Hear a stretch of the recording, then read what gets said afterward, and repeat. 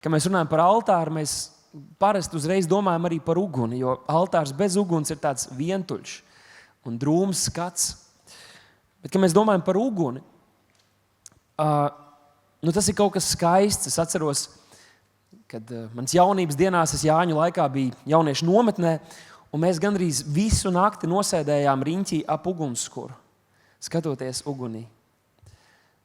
Uguns ir kaut kas fascinējošs. Uguns mums dod siltumu, dod mums gaismu. Agrākos laikos, mēs tagad dzīvojam tādā laikā, kad mums tā uguns tik daudz nav vajadzīga, nepieciešama, bet agrākos laikos tas burtiski bija atkarīgs, vai tu varēsi izdzīvot, vai tu spēsi iekurināt uguni, vai tev ir uguns. Tas dod tev gaismu, siltumu. Bet jūs zināt, ka tad, kad uguns izkļūst ārpus kontrolētas vides, ārpus tās vides, kur ugunim ir jābūt, tad tas uguns no tā, kas mūs iepriecina un sasilda, kļūst par kaut ko biedējošu, kļūst par kaut ko iznīcinošu, kļūst par kaut ko, kas var iznīcināt dabu, kas var iznīcināt pilsētas un iznīcināt arī cilvēku dzīves. Un jūs jau ziniet, ka Dievs arī ir lietojis uguni, lai atklātos cilvēkiem. Jo mūsu Dievs arī ir kā uguns. Jūs atceraties stāstu, kur Mūzes dodas tuksnesī, viņš tur staigā apkārt, un tad viņš ierauga krūmu, kurš deg, bet nesadeg. Un viņš uzreiz saprot, ka tas ir Dievs, kas uz viņu runā, jo tā uguns nebija dabiska. Tur nebija nekas dabisks par visu to, kas tur notika.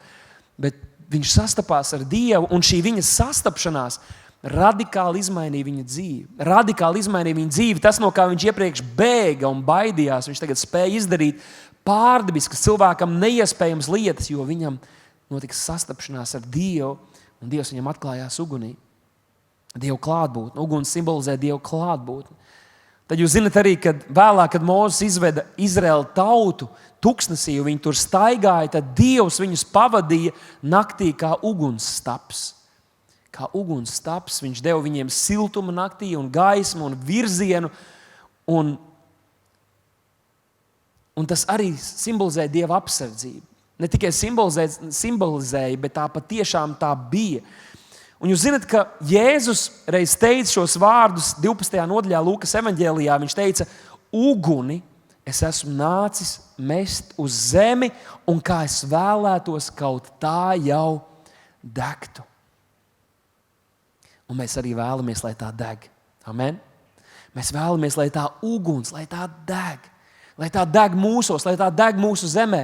Mēs vēlamies redzēt viņu godību, mēs vēlamies redzēt atmodu, mēs vēlamies redzēt, kā kroplie staigā, mēs vēlamies redzēt dziedināšanas un brīnums, un visvairāk mūsu līdzcilvēku glābšanas, un tas ir Dieva uguns, kas to izdara cilvēkos.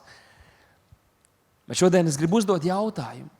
Un iespējams, ka Jēzus arī ar tādu šo noskaņu un atmosfēru šos vārdus teica. Viņš grib mest šo uguni uz zemi, bet kur lai viņš to uguni met? Kur lai šo uguni met? Kā jau es teicu, uguns nav tikai tāds, kas nes prieku. Arī mūsu Dievs, Bībele saka, ka ir uguns, kas iznīcina.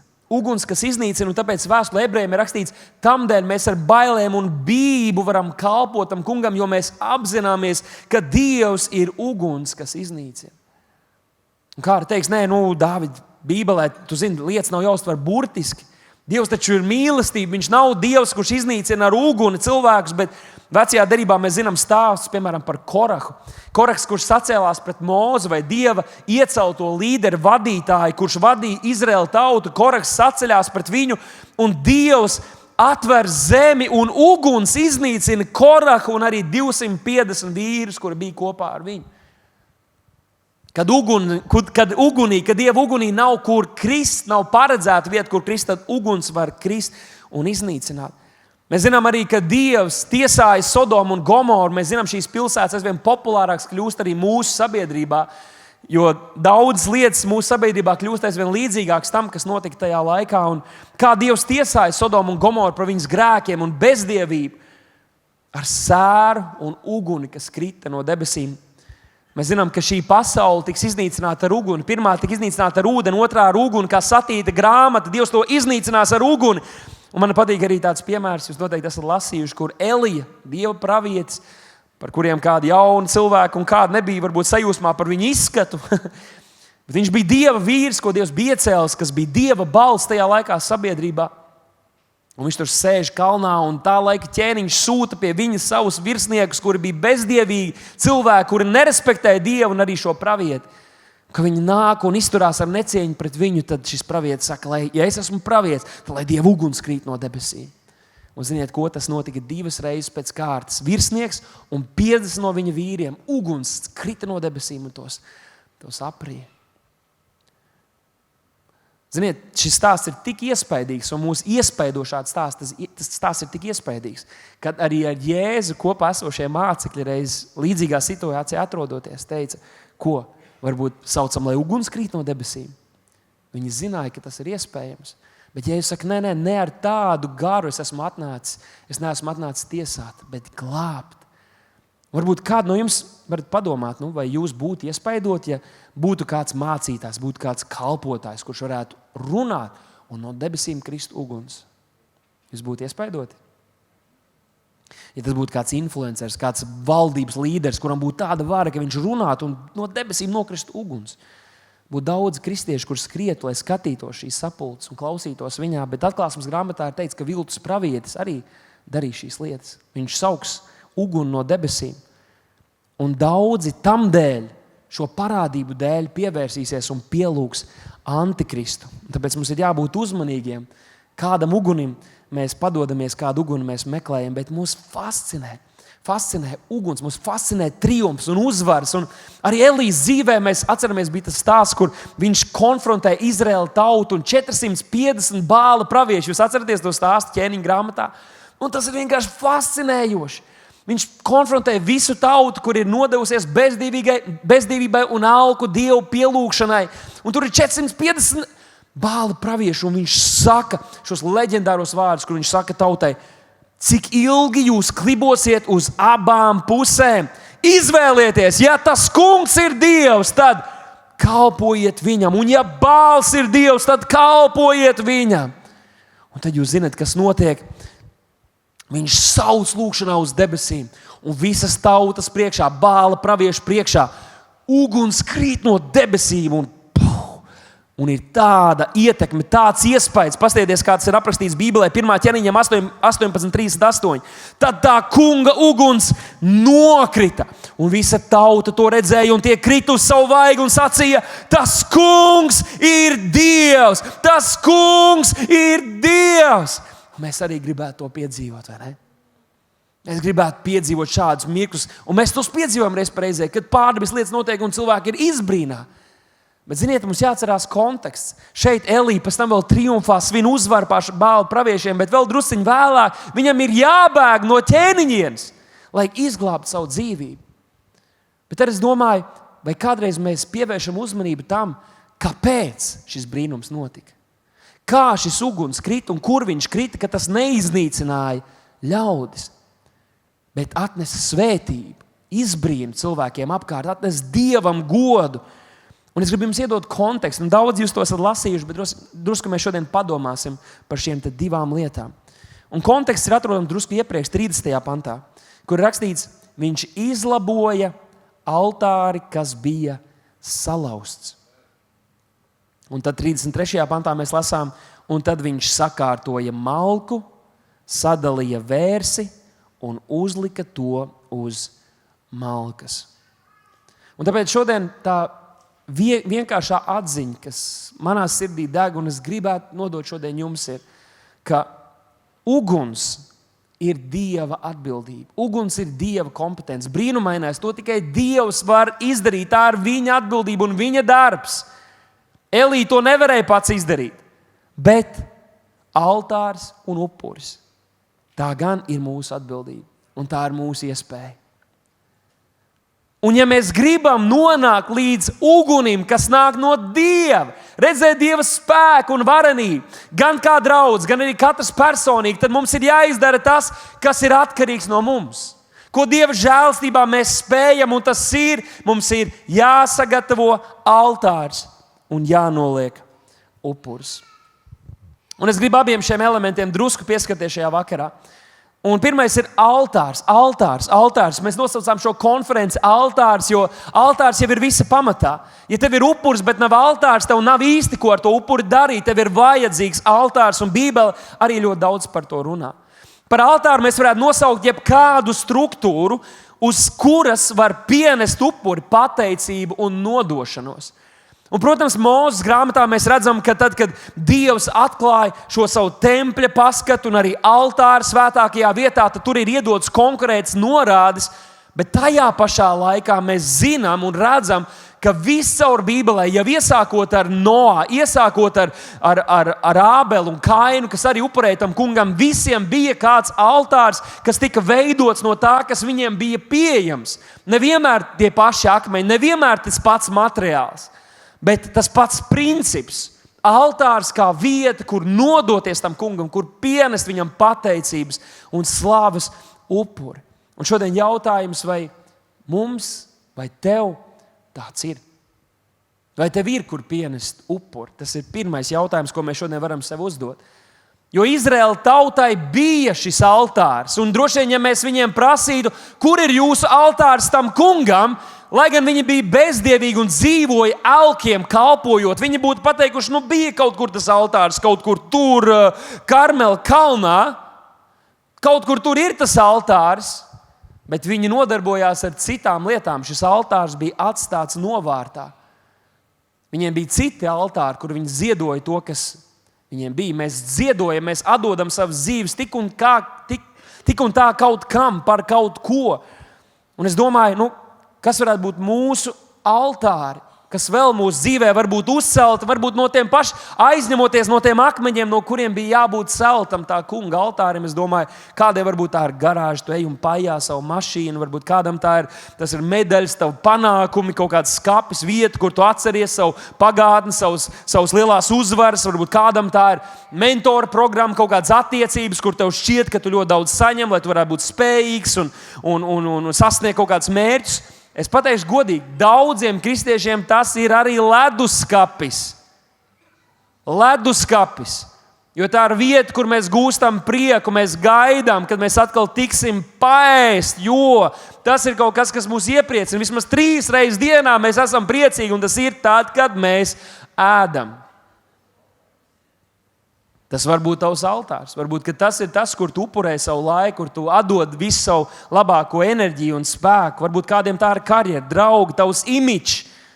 Paklausieties, atgriežoties pie Elijas notikuma 1. ķēniņa 18:30 bija rakstīts, un viņš izlaboja altāri, kas bija salauzts. Kādā stāvoklī ir tavs altārs? Tā kunga altārs, kādā stāvoklī viņš ir?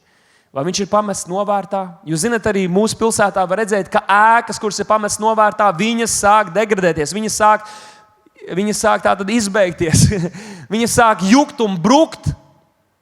Jo, ja kaut kas ir pamests novārtā, tas ir tas rezultāts, kas notiek. Un šis vārds izlabot, tur varētu lietot arī vārds, šis pats vārds varētu tikt tulkots arī kā dziedināt, salabot, padarīt pilnīgi. Un es domāju, vai nav tā, ka kādiem no mums arī, un Dievs varbūt šajā vakarā grib dziedināt kādas lietas mūsos, lai tas altārs no jauna būtu pilnīgs un svēts tam kungam patīkams. Šodien Dievs aicina mūs atkal atrast, identificēt, kur ir tas tā kunga altārs, kas ir mūsu dzīvēs, un izlabot, ja kādiem tas nav, uzcelt šo altāru, lai mēs varētu pienest upurus tam kungam.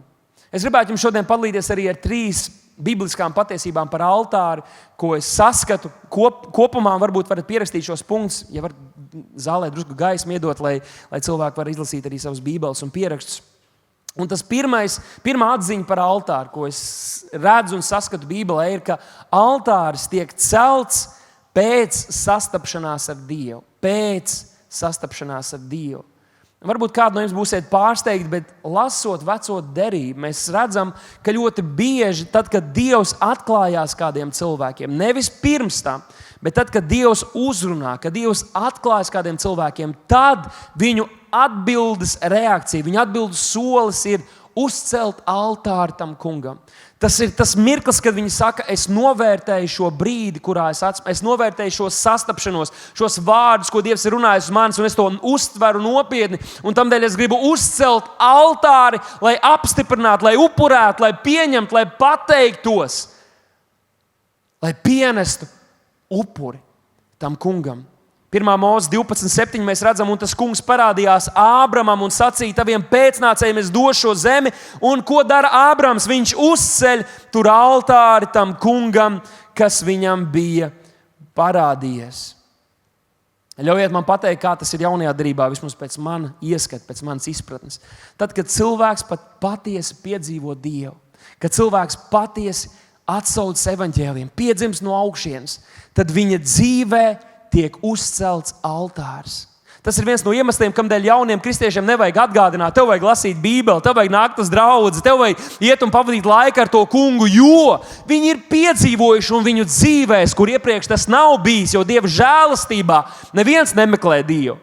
Tā ir Dieva žēlastība, ka cilvēki glābjas. Un tā rezultāts ir, ka viņu sirdīs tiek uzcelts altārs, kur viņi var nākt un pienest upurus un tuvoties Dievam un atcerēties, hei, vai zini, kas notika? Ziniet, kas notika ar mani 2010. gada 3. maijā? Dievs pieskārās, viņš atklājās man, un manā dzīvē ir altārs, ir pieturas punkts, kur es vienmēr varu atskatīties un teikt, Dievs mani ir izglābis.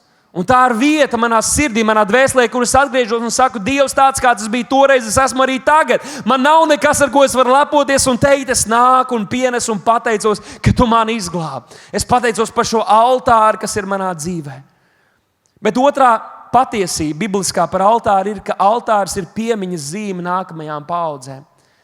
Altārs nav kaut kas, kas mums būtu jāpatur tikai priekš mums pašiem, lai gan personīgais altārs ir mūsu arī kambars, kur mēs personīgi pavadām laiku ar to kungu. Bet jau vecajā derībā mēs redzam, ka Dievs bieži pēc kādiem brīnumu darbiem, pēc tam, kad viņš bija palīdzējis un parādījis savu vareno roku, viņš teica, uzceliet akmeņus, paņemiet līdzi vismaz akmeņus no šīs vietas, lai nākamajām paudzēm jūs varat teikt un liecināt par to, ko Dievs ir darījis. Par to, cik Dievs ir varens. Mums ir vajadzīgi altāri, par kuriem mēs varam stāstīt, un nākamās paudzes var nesākt no jauna teikt, es neko nezinu. Nē, bet mans vectētiņš, mans tētis, mana mamma, mans brālis, tur ir liecības, ir altāri, kas man atgādina un saka, Dievs ir reāls, un viņš ir parādījies jau varens manā ciltskokā, un viņš būs uzticams arī tajā, kas stāv mums priekšā. Halleluja! Dievs ir uzticams. Šodien es gribu tev paprasīt, vai tu pat atceries savas liecības?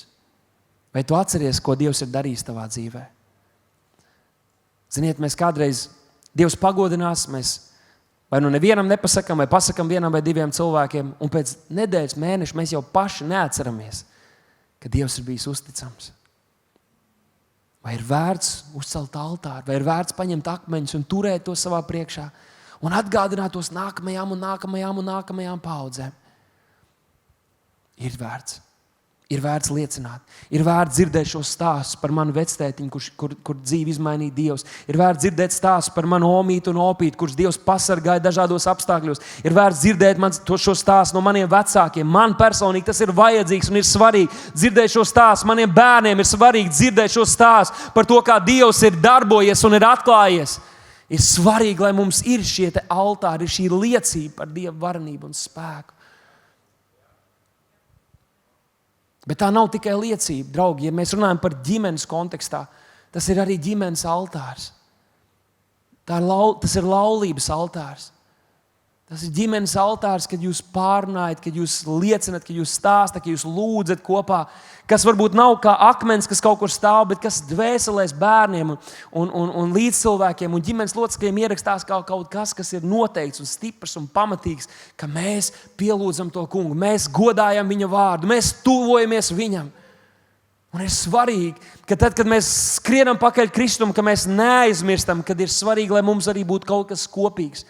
Tāpēc ir svarīgi, ka ir draudzes. Ļaujiet man pateikt jums, tas, ka mums ir arī šī ēka, un kādreiz mēs domājam, vai ir vajadzīgs atkal atgādināt un stāstīt, kā mēs uzcēlām un kā draudze sākās un tālāk, bet tas ir būtiski. Tas ir būtiski, jo mums ir jāzina un jāredz, ko Dievs ir darījis. Jo, ja mēs aizmirsīsim, ko Dievs ir darījis, mēs uztversim pašsaprotam to, ko Viņš dara tagad, un mēs nekad nenonāksim tur, ko Dievs grib darīt. Katru reizi, kad mēs šeit ar bērniem nākam, kad mēs nākam ar saviem draugiem paziņām, mēs varam teikt, paskatieties, kaut vai šī celtne, šī vieta, Šī platforma ir altārs tam kungam, un tā dod godu viņam. Altārs ir piemiņas zīme nākamajām paudzēm. Altārs ir piemiņas zīme tai sabiedrībai, kurā mēs atrodamies. Šodien es gribu tev paprasīt, padomā, kas ir tās lietas, kuras redz tavi bērni, tavi tuvinieki šodien. Vai kas ir tas, uz ko viņi varēs atskatīties pēc kāda laika, vai ir altārs un liecības zīmes, kuras mēs atstājam aiz sevis. Un trešā šī patiesība, ko es gribēju jums teikt, ir, kas ir mums visiem pašsaprotam, un tā ir, ka altārs tiek celts vai atjaunots, lai tuvotos Dievam. Tie, kur vēlas no jauna sastapties ar viņu, kur vēlas nodot savas dzīves viņam, kur vēlas dzirdēt viņa balsi, kur vēlas redzēt viņa spēku. Un varbūt, kad kādreiz jau šis altārs ir bijis uzcelts, un tev bija nācies atstāt to vietu, kur tu esi bijis, vai altārs, kurš atstāts novārtā, tad tie, kuri vēlas, kurus sirdīs Dievs izraisa šo vēlmi tuvoties, nodoties viņam, piedzīvot šo, ka Dieva uguns deg tavos kaulos, tu nevari klusēt. Tie ir tie cilvēki, kuri mērķiecīgi nāk un uzceļ un sakārto šo altāri, kā Elija to darīja, lai piedzīvotu Dievu pavisam personīgā veidā. Un te mēs runājam par tavu personīgo altāri. Šodien es gribu, lai jūs katrs un mēs visi padomājam, kā izskatās tavējais. Kur ir tavs altārs? Kādā stāvoklī tas ir? Vecajā derībā mēs redzam lielisku piemēru, kur Daniels, kurš atradās tādā neapskaužamā situācijā, viņam tomēr bija altārs. Viņa altārs nebija kalns, nebija templis, jo viņš atradās svešumā. Viņa altārs bija viņa istaba, kur saskaņā ar derības zem, kuras viņš bija, viņš atvēra logus uz Jeruzalemes pusi, un viņš meklēja to kungu. Viņa altārs bija viņa istabā. Mēs zinām arī, ka Jēzus altārs visbiežāk bija kalns. Es nedomāju, ka katru reizi viņš kāpa vienā un tajā pašā kalnā, bet tad, kad viņš gribēja meklēt Dievu, meklēt viņu tuvumu, viņš kāpa kaut kur nost prom no mācekļiem. Pat tad, kad viņš aicināja mācekļus kopā ar viņu, viņi palika kaut kur tālāk un viņš gāja nostāk.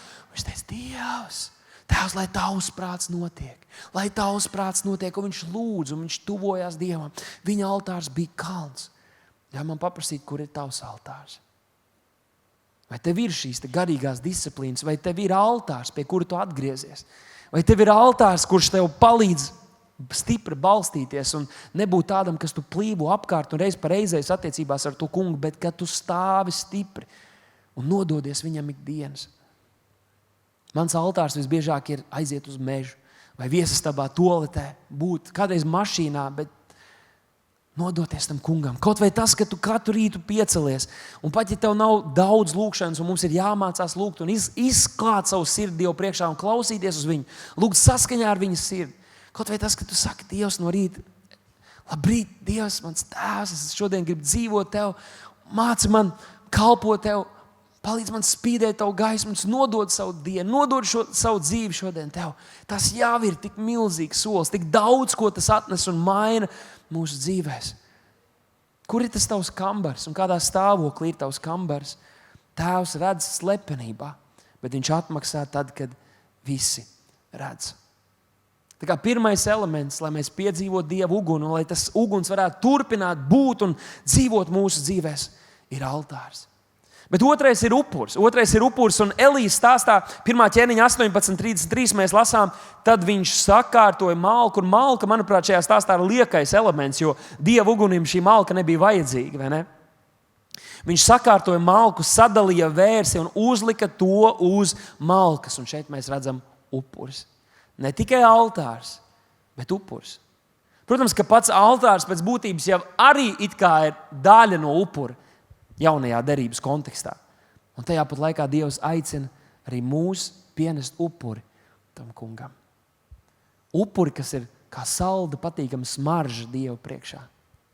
Tas, ko es gribu jums ievērot, ka lai gan Elija bija varens, liels pravietis, viņam pašam nācās kaut to vērsi. Nokaut kādreiz ir grūtākā daļa no upurēšanas, vai ne? Nomirt priekš sevis. Nomirt priekš kādām savām vajadzībām, lietām, pēc kurām mēs kārojam, teikt, Dievs, ok, grūti, bet palīdz man mirt tam visam. Un skriet un dzīties pēc tavas valstības. Un tad viņam nācās to visu sagatavot un likt uz altāru un upurēt un pienest tam kungam. Tas nebija tīrs, tas nebija tīrs darbs, tas nebija viegls darbs. Bet tie, kas vēlas piedzīvot Dievu vairāk, tie, kas vēlas un ir gatavi kāpt šajā kalnā, tie ir gatavi to darīt. Un es ticu, ka jūs, kas šodien esat atsaukušies, lai būtu šeit šajā sanāksmē, ka tas ir jūsu sirdīs un ka šo vārdu Dievs lieto caur svēto garu, lai mūs visus vilktu tuvāk un palīdzētu mums patiesi būt tiem, kas mēs dzīvojam, piepildīt ar viņu uguni.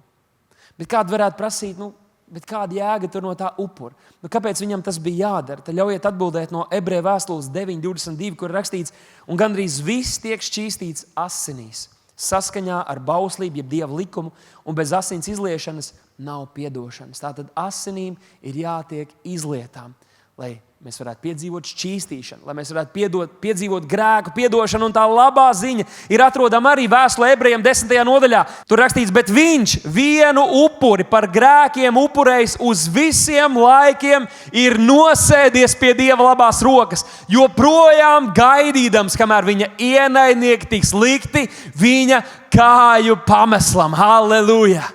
Un tā ir priecīgā ziņa šodien. Lai gan par mūsu šķīstīšanu vecajā derībā nācās nokaut vēršus un lopus, tad šodien ir bijis viens svētais Dieva jērs, kurš ir mīris un augšām cēlies, kurš ir samaksājis pilnībā mūsu grēku parādu. Kamdēļ mēs varam bez bailēm, bez tā, ka mums būtu jāizlej vēl kādas asinis, tuvoties Dievam.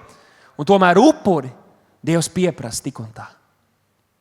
Viņš ir svētais Dieva jērs un upuris, kurš mūs ir salīdzinājis ar Dievu. Bet, ja tu gribi piedzīvot Dievu, ja tu gribi piedzīvot viņu uguni, tad mums nāksies upurēties, kā mēs to esam darījuši mūsu draudzes, mūsu pagātnē, kā mēs esam ziedojušies, kalpojuši draudzē, ārpus tās, lai redzētu līdzcilvēkus glābts, lai redzētu Kristu pagodināt. Mums nāksies to darīt no jauna un jaunā spēkā.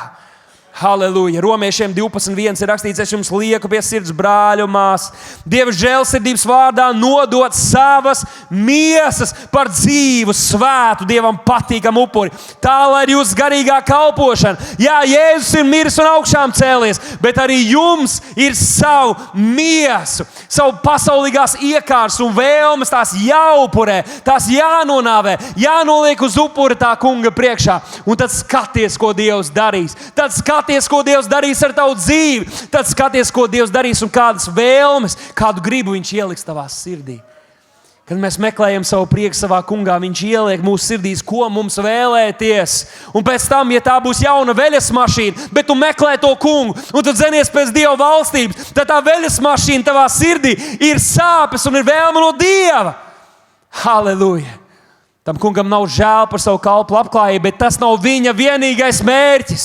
Viņa mērķis ir, lai mēs patiesi pienestu viņam upuri un kalpotu viņam. Un tad tā ir piemetamā daļa. Halleluja! Tad tā ir piemetamā daļa. Un tas kungs grib dot un atklāt mums arī šajā laikā un sezonā. Ko nozīmē nodot sevi, savu miesu? Tas nozīmē pilnībā uzticēties.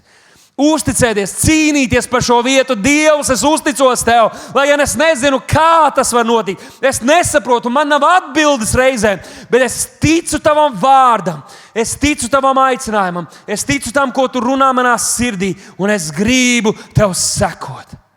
Pilnībā uzticēties. Arī par tām lietām, kurām mēs turamies tik stingri. Mums saka, man vajag, man gribās, man vajag. Lūk, šī ir uzticība. Dievs, es uzticos tev. Pat ja es nekad nedabūšu tās lietas, pat ja tās nekad nenotiks, es nekalpošu nevienam citam dievam, un es neupurēšu nevienam citam dievam, kā vienīgi tam kungam, dzīvajam dievam. Vai šeit ir kāds? Vai ir kāds, kurš atsaucas šim vārdam? Halleluja! Un ļauj man tev paprasīt. Mēs skatāmies uz Elijas stāstu. Viņš upurēja vērsi. Un mēs domājam, iedod man altāri, es upurēšu vērsi.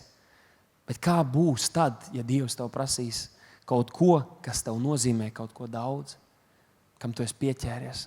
Atcerieties Ābrahāmu, mūsu ticības tēvu. Un viņam bija laba dzīve, Dievs viņu svētīja, Dievs viņam deva apsolījumus līdz kādu brīdi. Dievs viņam teica, Klau, vai tu dos man savu dēlu? Vai tu dos man savus vēlmes pēc laulības, pēc vīra? Vai tu dos man savu vēlmi pēc slavas, pēc pēc bagātības, vai tu dos man savu vēlmi, lai vienalga, kas arī tas būtu, vai tu dos to man, vai tu esi gatavs no tā atteikties, lai sekotu man. Un interesanti, ka Ābrahamam Dievs to prasīja, lai parādītu, ka viņš nav tāds kā tie citi dievi. Elgdievības tajā laikā, cilvēki tajā laikā upurēja savus bērnus, savus tuviniekus. Tas bija daļa no tās kultūras, un Dievs viņam gribēja parādīt, es neesmu tāds, kā viņi ir. Un tomēr Ābrahamam bija jābūt gatavam teikt, Dievs, ja tu man to prasi, un es nesaprotu, kā un kāpēc, tad, lai notiek tavs prāts. Un jaunajā derībā ir atklāts, ka Ābrahams tur devās augšā ar savu dēlu, jo viņš zināja, ka Dievs var uzcelt no miroņiem. Pat ja viņam nāktos, paklausot Dievu pavēlēja, izdarīt to, kas cilvēku prātam un mūsu veselīgam saprātam nav loģiski un nav pieņemams, viņš zināja, ka Dievs piepildīs savus apsolījumus. Un ja pat tas puika nomirs, viņš augšām cēlsies, jo Dievs ir tik ļoti varens un tik ļoti spēcīgs mūsu dzīvēs. Šodien es gribu tev paprasīt, kas ir tas, ko mēs upurējam. Kas ir tas, ko mēs upurējam, un kāda teiks, es nevaru upurēt savu ģimenes laiku, lai kalpo tikai Dievam. Paklausies. Man nav altārs manai ģimenei. Man nav nekas, ko es upurēju priekš savas ģimenes. Viss, ko es daru savā ģimenē, viss, ko es daru savā kalpošanā, viss, ko es daru savā darbā, es to daru tam dēļ, ka man ir altārs tam kungam. Ziniet, kāpēc es mīlu savu sievu? Tam dēļ, ka es mīlu Dievu. Tu esi kretīns, pasties pasaulē, cilvēki mīl savu sievu. Hei, jūs varat darīt, kā jūs gribat. Tas ir tas, kā es to saprotu. Kā es varu mīlēt savu sievu tā, kā cilvēcīgi tas nav iespējams? Tam dēļ, ka es mīlu Dievu un es bīstos viņu. Tam dēļ manā sirdī ir mīlestības, manas sievas, maniem bērniem. Kad es netiek galā, es varu pieņemt pamācību, es varu mainīties un tā tālāk. Nevis tam dēļ, ka uz kuru altāru Dievam mazliet, ģimenēm mazliet, kalpošanai mazliet, darbam mazliet. Nē. Man ir viens altārs, un te es nolieku visu, un te es klausos, ko Dievs saka. Man tēvs saka, Klau, aiziet samīļo savu sievu, aiziet randiņā. Saka, ok, Dievs, tu esi kungs. Aiziet un pasēdi un paskatieties viens otram acīs un parunājiet. Ok, Dievs, tu esi kungs, tāpēc, ka es bīstos tevi, es mīlu tevi, es darīšu šīs lietas. Mums nav jāizvēlas viens vai otrs, ir tikai viens kungs mūsu dzīvē. Un tā nav tava sieva, un tas nav tavs vīrs, un tas nav tavs darba devējs, un tie nav tavi sekotāji. Tas ir dzīvais Dievs. Un ko tas praktiski nozīmē? Ko tas praktiski nozīmē nodot sev pašus? Es nekad nebiju iedziļinājies tajā, kur mēs varam jaunajā derībā saskatīt kādas lietas. Un es atradu 4 tādas norādes, mēs varam to parādīt uz ekrāniem, ka pirmais ir, kad mēs nododam viņam savu muti. Kad mēs nododam viņam savu muti, Ebrejiem 13:15 ir rakstīts par slavas upuri, par mūsu lūpas augli, ko mēs pienesam tam kungam. Halleluja! Iedomājieties, ka mūsu vārdi, tas, ko mēs runājam, ir par svētību mūsu līdzcilvēkiem, bet tas pagodina to kungu, un arī mūsu valoda, mūsu vārdi ir upuris tam kungam. Mēs tos pienesam kā upuri, kas viņam ir patīkams. Slava, mēs to teicam, mēs to dziedam. Tas ir mūsu lūpu auglis. Otrais, ko es saskatīju, ir šis te, ka mēs nododam savus resursus. Mēs nododam savus resursus. Vēstulē Filipiešiem Pāvils runā un raksta par šai draudzei, ka viņi līdzdarbojās viņa kalpošanā, ka viņi atbalstīja, sūtīja viņam, tad līdzdarbojās Dieva darbā, atbalstot Pāvila kalpošanu. Un ziniet, kā viņš to raksturo? Viņš saka, šī došana, šī finansiāla līdzdarbība, tā bija patīkama salda smarža Dieva priekšā. Bet tā ir tikai nauda, tā ir tikai tur man talantu. Tā. Hei, Pāvils saka, tad, kad jūs, draudze, bijāt uzticami Dieva vārdam, kad jūs lietojāt to, ko Dievs jums ir devis, tā atnesa saldu smaržu tam kungam. Tas svētīja cilvēku, svētīja draudzi, bet tā bija salda smarža tam kungam. Tas kungs nedabūja tās finanses, tas kungs nedabūja tās resursus, un viņam to nevajag. Viņam pieder zelts, viņam pieder sudrabs, viņam pieder dārgakmeņi. Viss, kas šeit ir, tas pieder tam kungam. Halleluja! Bet viņam tika šī saldā smarža, jo bija kādi viņa bērni, kur aizliedza sevi, upurējās un pienesa šo te došanas upuri, kas ir dalīšanās ar saviem resursiem, lai valstība izplatītos un tātad veicināt šo došanas kultūru. Tad trešais, ko es redzu, ir tātad nodot savu dzīvi. Tur Pēters runā par garīgiem upuriem, kurus mēs pienesam tam kungam. Viņš tur runā par kalpošanu, viņš runā par svētdzīvi. Ziniet, kalpošana nav velta. mūsu kalpošana nav velta. Tas, ka mēs paklausām, ka mēs padodamies, kad mēs mainām, tas ir patīkams, tas ir patīkams upurs tam kungam. Un visbeidzot, ka mēs nododam savu dzīvību. Vēstulē Filipiešiem Pāvils saka, ka viņš tā kā asins upurs tiek izliets par svētību šeit draudzē.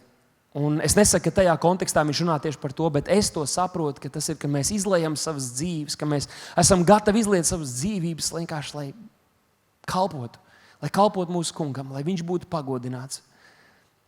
Un man nesen bija jubileja, arī līdzīgi gadu skaitlis kā draudzei, un tad Dievs man iedeva šo attēlu par sievieti, kur bija grēciniece, un visi to zināja.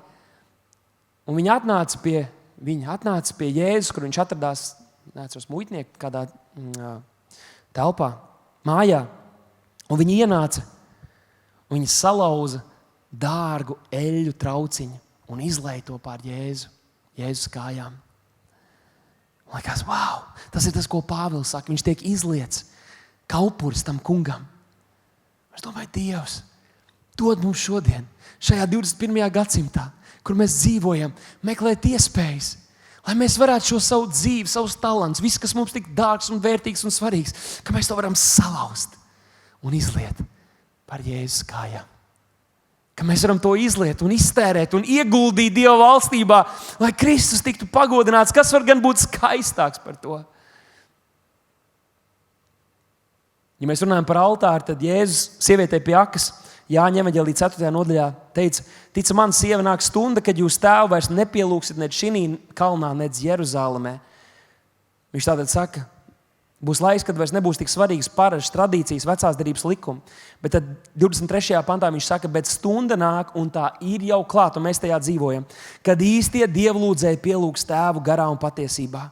Jo tēvs tādus meklē, kas viņu tā pielūdz, un šodien es gribu jums pateikt, pielūdz Dievu gan draudzē, bet nepielūdz viņu tikai templī, nepielūdz viņu tikai draudzē, pielūdz viņu garā. Upurē nevis uz altāra, bet uz patiesības. Pielūdz viņu garā un upurē uz patiesības. Un mūsu katras sirdī Dievs ir ielicis šo altāru. Mums katram sirdī ir šis altārs, kurš ir jāatjauno, jāuzceļ, un mums ir jāuzupurējās un jādod no tā, ko Dievs mums ir devis. Pienesīsim upuri, kas kā salda smarža būs tā kunga priekšā. Un noslēdzot, es gribu jums atgādināt par to, ko es iesāku par uguni. Ziniet, kāpēc es šodien vairs negaidu, kad būs kāds Dieva vīrs, kurš sauks un no debesīm nokritīs uguns, vai staigājot pa mežu, es negaidu, kad uguns kaut kur degs, kāds krūms vai egle, un Dievs runās uz mani. Un tas ir tam dēļ, kad Dieva apsolījums piepildījās, tad tā bija tā reize, kad Dievs izlēja un meta savu uguni pār savu draudzi. Un tas ir aprakstīts Apostļu darbu 2. nodaļā, 1. pantā, kur ir rakstīts, kad pienāca vasarsvētku diena, tad visi bija sanākuši kopā. Un pēkšņi no debesīm nāca šņākoņi. Tas bija 2000 gadu atpakaļ. No debesīm nāca šņākoņi, tāda kā stipra vēja brāzma, un piepildīja visu namu, kur viņi sēdēja. Un viņiem parādījās it kā uguns mēles. Un tās sadalījās. Tās vairs nepalika vienā vietā. Tās vairs nepalika ugunstabā. Tās vairs nepalika vienkārši pie Mūzes uguns krūmā. Tās vairs nepalika kādā vienā vietā, kur Dieva klātbūtne mājot, templī, sajiešanas vietā. Hei, tā izdalījās, šī uguns izdalījās, un katrs dabūja. Dieva uguns nonāca pār katru, kas bija sapulcējies. Tev bija uguns, tev bija uguns, tev bija uguns, tev bija uguns, tev bija uguns. Dieva svētais gars nāca pār draudzi. Un rakstīts, un visus piepildīja svētais gars, un viņi sāka runāt svešās mēlēs, kā gars viņiem deva izrunāt. Halleluja! Halleluja! Halleluja! Halleluja! Halleluja! Ja mūsu altārs ir pamests novārtā, tad Dieva uguns nāks, lai mūs tiesātu un pazudinātu. Bet ja mūsu altārs tiek sakārtots un upuris tiek nolikts, tad tā ir vieta, kur Dievs ar savu uguni atklāja savu klātbūtni, spēku un svaidījumu katram vienam pavisam personīgā veidā. Halleluja! Dievs vairs neiznieko savu uguni, dedzinot krūmus, Dievs savu uguni met par saviem bērniem. Par tiem, kas patiešām tic viņa vārdam. Par tiem, kas patiešām ir nodevušies viņam kalpot, viņam sekot. Tiem, kas patiešām meklē viņa valstību un viņa taisnību. Dievs saka, šis ir tas, kur es gribu, lai mana uguns deg. Lai mana uguns deg, lai mana uguns deg un lai tā iet vairumā. Lai tā iet vairumā.